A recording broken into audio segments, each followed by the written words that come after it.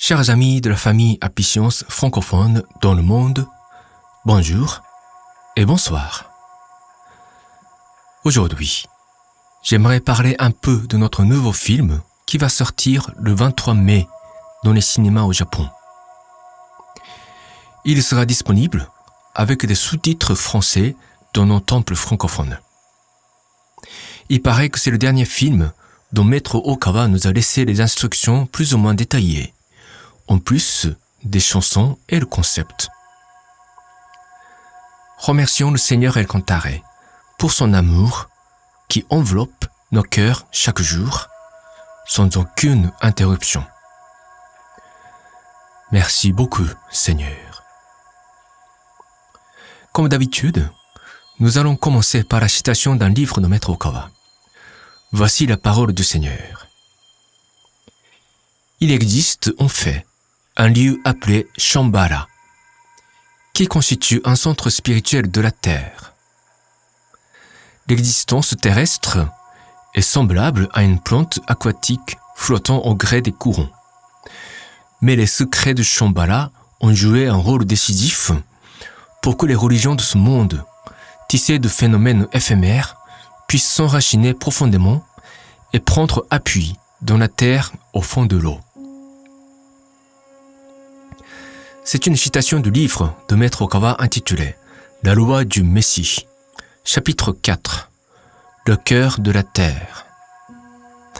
C'est la seule conférence officielle de Maître Okawa où il aborde le sujet de Shambhala. Je vous ai choisi ce paragraphe parce que le nouveau film aborde justement les secrets de Shambhala, sous forme de dessin animé. Le titre du film est « Le cœur de dragon ». Le dragon symbolise le courage d'explorer la vérité. Pour mieux comprendre le film, il vous faudra au moins lire au préalable le chapitre 4 du livre La loi du Messie. Je pense aussi à mettre le doublage français à cette conférence inédite. Shambhala est, selon les termes de Maître Okawa, le cœur de la terre, dans le sens où il agit comme le plus grand centre spirituel de notre planète, où les individus et les esprits qui se sont vus attribuer une mission importante, que ce soit dans le domaine de la spiritualité, des arts, voire de la politique et de la science, viennent pour s'adonner à des disciplines spirituelles afin de devenir des maîtres, aptes à guider l'humanité dans leur domaine ou dans leur lieu d'activité. Il ne m'est pas encore tout à fait clair si Shambhala est un endroit qui existe réellement dans ce monde tridimensionnel ou un lieu purement spirituel au sein du monde spirituel. Mais Maître Okawa précise qu'il est situé dans les parties souterraines du mont Everest. Je viens d'entendre un message spirituel de la part d'une entité appelée Sanat Kumara, qui résiderait au sein de Shambhala. Selon lui, Shambhala a une superficie qui serait 1000 fois plus grande que le Tokyo Dome, soit environ 5000 hectares, où habiteraient une centaine de milliers de gens. Au milieu de Shambhala se dresse une montagne très haute et très verticale qui porte le nom de Mont Meru, selon les termes de mythes indiens. On le verra dans le film.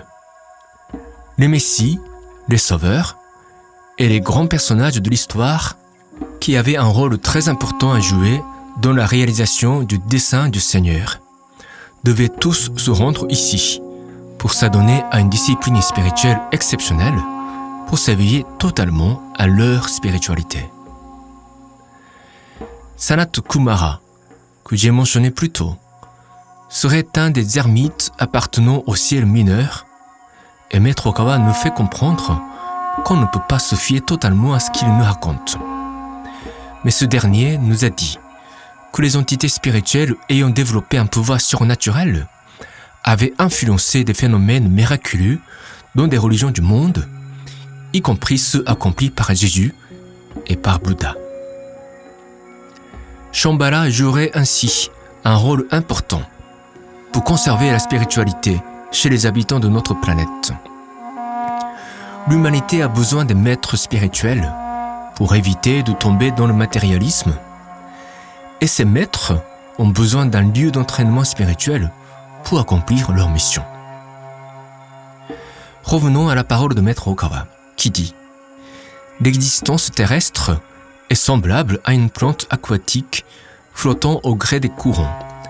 Mais les secrets de Shambhala ont joué un rôle décisif pour que les religions de ce monde tissées de phénomènes éphémères puissent s'enraciner profondément et prendre appui dans la terre au fond de l'eau. Notre existence est semblable à une plante aquatique flottant au gré des courants. En tant qu'humains, nous ne savons ni d'où nous sommes issus, ni où nous sommes destinés en fin de notre existence ici-bas. Nous ignorons notre source spirituelle qui nous maintient en vie. Nous sommes comme ces plantes flottant sur l'eau. Mais Maître Okawa poursuit en disant que les secrets de Shambhala ont joué un rôle décisif pour que les religions de ce monde, tissées de phénomènes éphémères, puissent s'enraciner profondément et prendre appui dans la terre au fond de l'eau. Il parle de la terre de la spiritualité. Dans un autre livre qui rassemble de très beaux poèmes de Maître Okawa intitulé « De l'amour à la prière », il y a un poème, le fleuve de la spiritualité, qui parle de cela, avec des images différentes. Je vous le traduirai un jour, si vous le souhaitez. Vous savez, dans une quête de vérité spirituelle, il y a toujours une règle qui prévaut. Demandez et l'on vous donnera. Cherchez et vous trouverez. Frappez et l'on vous ouvrira. Cette parole biblique restera vraie pour toujours. J'attends toujours qu'on frappe la porte. En tant que missionnaire francophone d'origine japonaise, j'ai pas mal de clés pour vous ouvrir les portes à d'autres vérités que nous révèle le Seigneur El Kantaré dans sa langue maternelle. Bref, la terre de la spiritualité, ou le fleuve de la spiritualité, devient accessible avec certains phénomènes spirituels qui se produisent au milieu des entraînements spirituels auxquels chacun est invité à prendre part. C'est avec ces expériences qui dépassent l'entendement terrestre que chacun de nous s'éveille à la vraie implication des enseignements de Maître Okawa. C'est là que Apician se retrouve la vraie vie en tant que religion. Si jamais, dans plusieurs siècles ou plusieurs millénaires, personne n'accède à ce genre de vécu spirituel mystique qui sont liés au pouvoir de Shambhala et que des paroles de Maître Okawa sont étudiées uniquement de manière moralisatrice et rationnelle, Apician se perdra sa vie en tant que religion et que le Seigneur prendra la décision de créer d'autres sources de la spiritualité par d'autres moyens. C'est ce qui s'est toujours passé au cours de l'histoire humaine. Je m'arrête là pour aujourd'hui.